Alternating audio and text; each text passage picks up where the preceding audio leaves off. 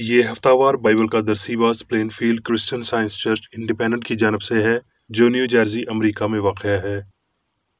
مزید معلومات کے لیے آپ ہماری ویب سائٹ ملاحظہ کریں www.plainfieldcs.com۔ یہ سبق 18 ستمبر 2022 بروز اتوار ہفتہ کے اختتام پر آپ کے مطالعے کی غرض سے تیار کیا گیا ہے۔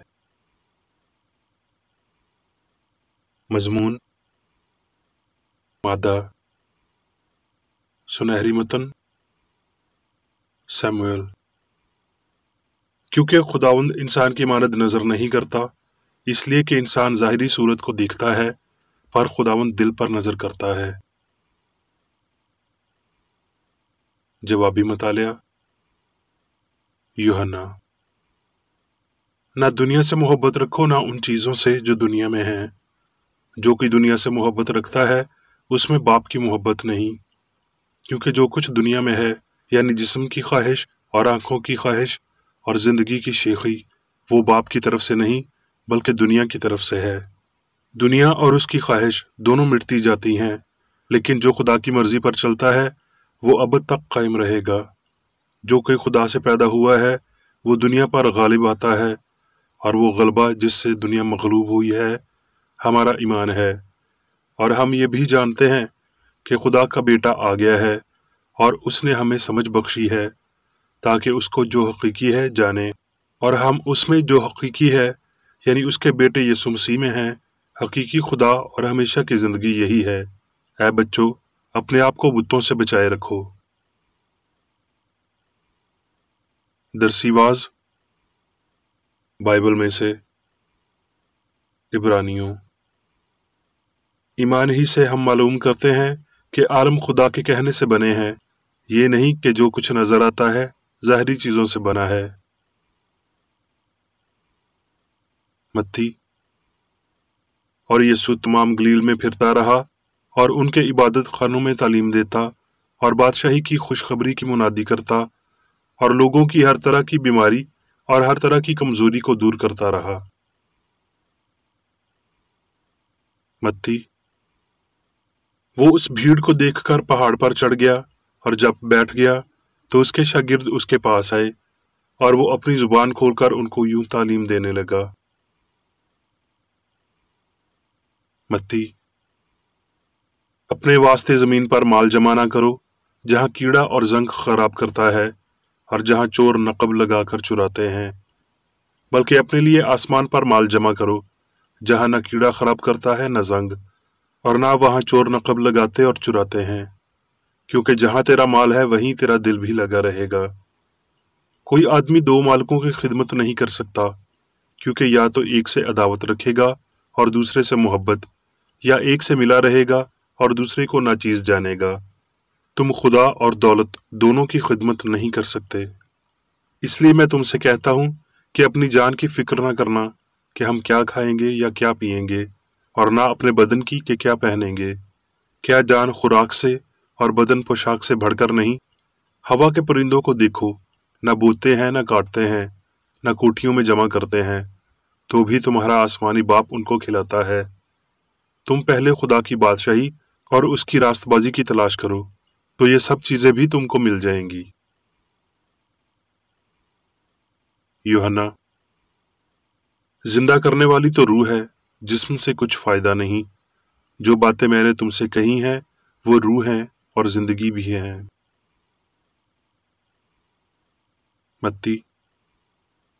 پھر فریسیوں اور صدوقیوں نے پاس آ کر آزمانے کے لیے اس سے درخواست کی کہ ہمیں کوئی آسمانی نشان دکھا۔ اس نے جواب میں ان سے کہا کہ شام کو تم کہتے ہو کہ کھلا رہے گا کیونکہ آسمان لال ہے، اور صبح کو یہ کہ آج آندھی چلے گی کیونکہ آسمان لال اور دھندلا ہے۔ تم آسمان کی صورت میں تو تمیز کرنا جانتے ہو، مگر زمانوں کی علامتوں میں تمیز نہیں کر سکتے۔ اس زمانے کے برے اور زناکار نشان طلب کرتے ہیں، مگر یونا کے نشان کے سوا انہیں کوئی اور نشان نہیں دیا جائے گا، اور وہ ان کو چھوڑ کر چلا گیا۔ مرقس۔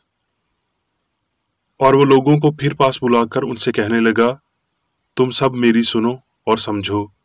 کوئی چیز باہر سے آدمی میں داخل ہو کر اسے ناپاک نہیں کر سکتی، मगर जो चीजें आदमी में से निकलती हैं वही उसको नापाक करती हैं। अगर किसी के सुनने के कान हो तो सुन ले। और वो फिर सौर की सरहदों से निकलकर सैदा की राह से दिकपलिस की सरहदों से होता हुआ गलील की झील पर पहुंचा। और लोगों ने एक बहरे को जो हकला भी था उसके पास लाकर उसकी मिन्नत की कि अपना हाथ उस पर रख।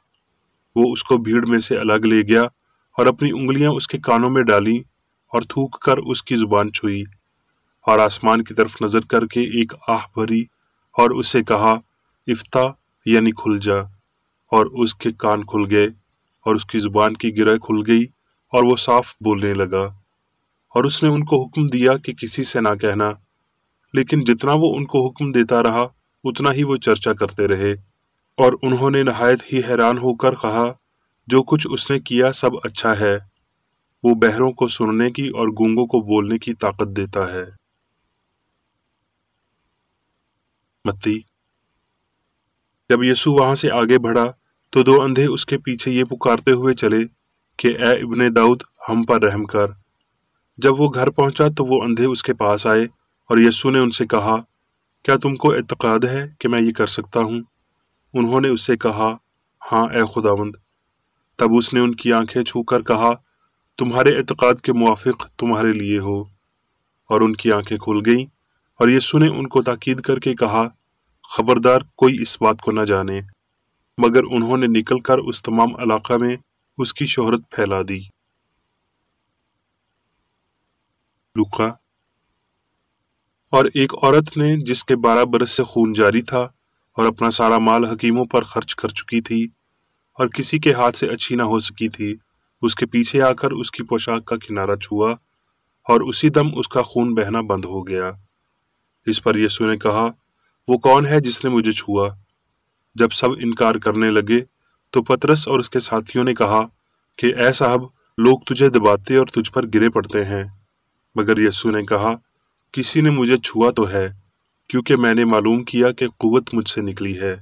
जब उस औरत ने देखा कि मैं छिप नहीं सकती तो कांपती हुई और उसके आगे गिरकर सब लोगों के सामने बयान किया कि मैंने किस सबब से तुझे छुआ और किस तरह उसी दम शफा पा गई। उसने उससे कहा, बेटी, तेरे ईमान ने तुझे अच्छा किया है, सलामत चली जा। रोमियो। बस अब जो मसीह यीशु में है उन पर सजा का हुक्म नहीं, जो जिस्म के मुताबिक नहीं बल्कि रूह के मुताबिक चलते हैं। क्योंकि जिंदगी के रूह की शरीयत ने यीशु मसीह में मुझे गुनाह और मौत की शरीयत से आज़ाद कर दिया। अब मैं मेरी बेकरेडी की तहरीर करदा क्रिश्चियन साइंस की दरसी किताब साइंस और सेहत आयात की कुंजी के साथ में से ली गई तहरीरें पढ़ूंगा। साइंस और सेहत। जैसा कि रूहानी समझ पर जाहिर हुआ है, इलाही माबादुल तिब्बियत वाज़ह तौर पर दिखाता है कि सब कुछ अक्ल ही है और ये अक्ल खुदा कादिर मुतलिक हमाजाई अलामुल गयूब है, यानी कि सभी ताकत वाला, हर जगह मौजूद और सभी साइंस पर कादिर है। लिहाजा हकीकत में सभी कुछ अक्ल का इजहार है। अक्ल खुदा है और खुदा मादी फहम से दिखाई नहीं देता, क्योंकि अक्ल रूह है जिसे मादी फहम समझ नहीं सकता। हकीकत का हल्का सल्तनत रूह है। रूह की गैर मुशाबत मादा है और हकीकत का मुतजाद इलाही नहीं। ये इंसानी नज़रिया है। मादा बयान की गलती है। शुरू की ये गलती हर उस बयान की आखिरी गलतियों की जानब ले जाती है जिसमें ये गलती दाखिल होती है।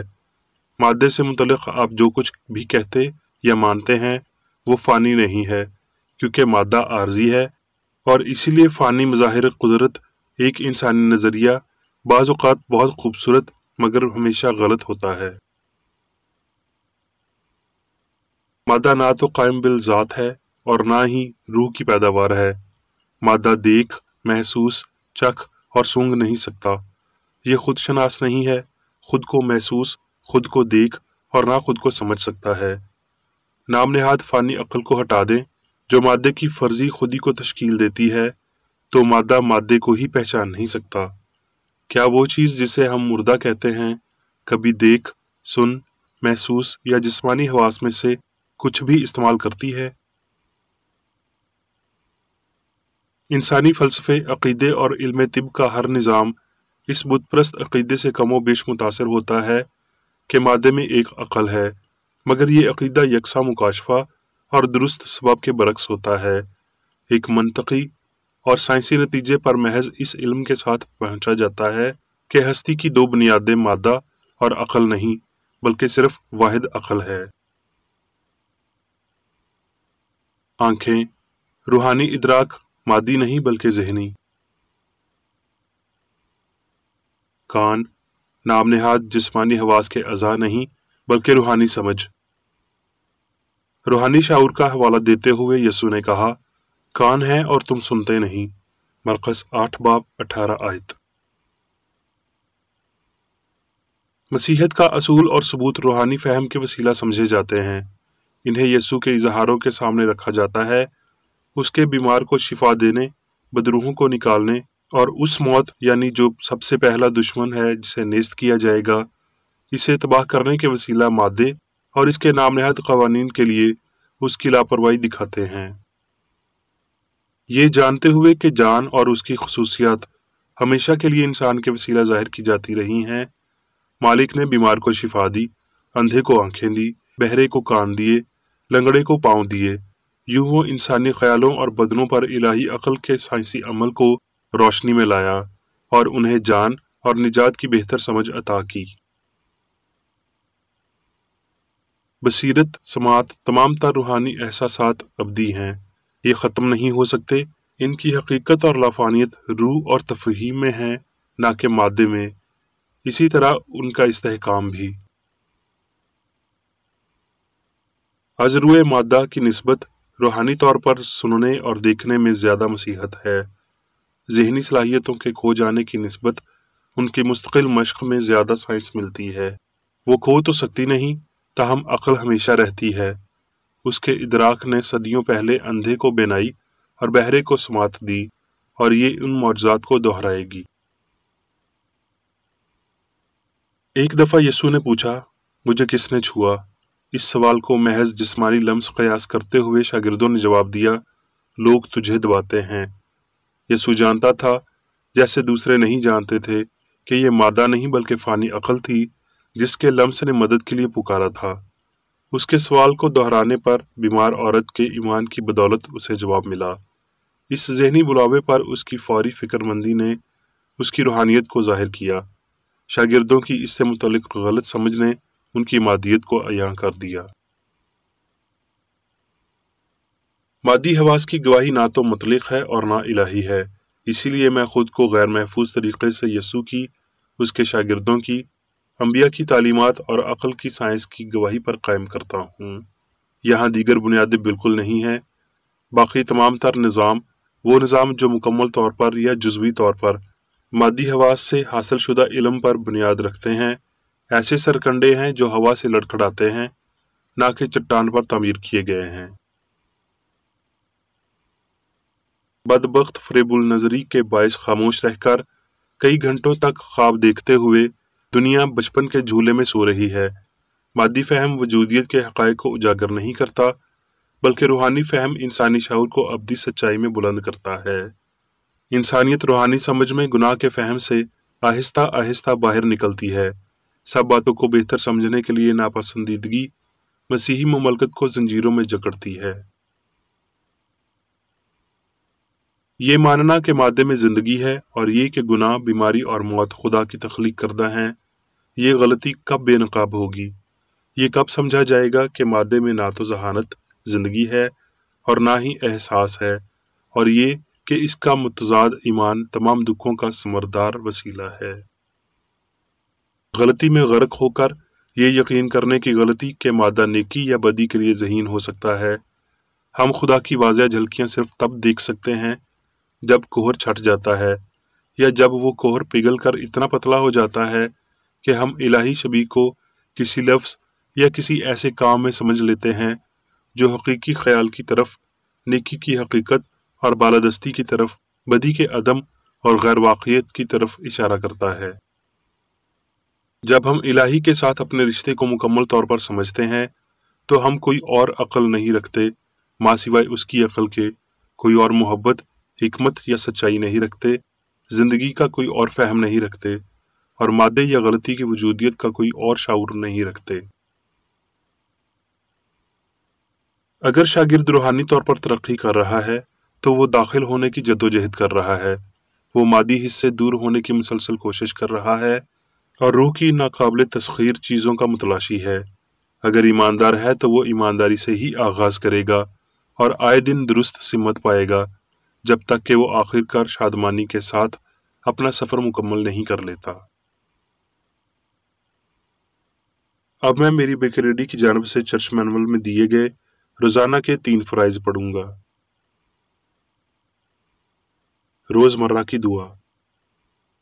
اس چرچ کے ہر رکن کا یہ فرض ہے کہ وہ ہر روز یہ دعا کرے: تیری بادشاہی آئے، الہی حق، زندگی اور محبت کی سلطنت مجھ میں قائم ہو، اور سب گناہ مجھ سے خارج ہو جائیں، اور تیرا کلام سب انسانوں کی محبت کو وافر کرے اور ان پر حکومت کرے۔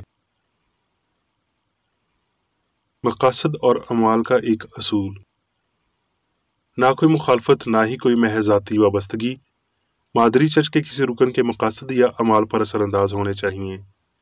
سائنس میں صرف الہی محبت حکومت کرتی ہے، اور ایک مسیحی سائنسدان گناہ کو رد کرنے سے، حقیقی بھائی چارے، خیرات پسندی اور معافی سے محبت کی شرعی سازشوں کی عکاسی کرتا ہے۔ اس چرچ کے تمام اراکین کو سب گناہوں سے، غلط قسم کی پیشن گوئیوں، منصفیوں، مذمتوں، اصلاحوں، غلط تاثرات کو لینے اور غلط متاثر ہونے سے آزاد رہنے کے لیے روزانہ خیال رکھنا چاہیے اور دعا کرنی چاہیے۔ فرض کے لیے چوکسی۔ اس چرچ کے ہر رکن کا یہ فرض ہے کہ وہ ہر روز جارحانہ ذہنی آراء کے خلاف خود کو تیار رکھے اور خدا اور اپنے قائد اور انسانوں کے لیے اپنے فرائض کو نہ کبھی بھولے اور نہ کبھی نظر انداز کرے۔ اس کے کاموں کے باعث اس کا انصاف ہوگا، وہ بے قصور یا قصوروار ہوگا۔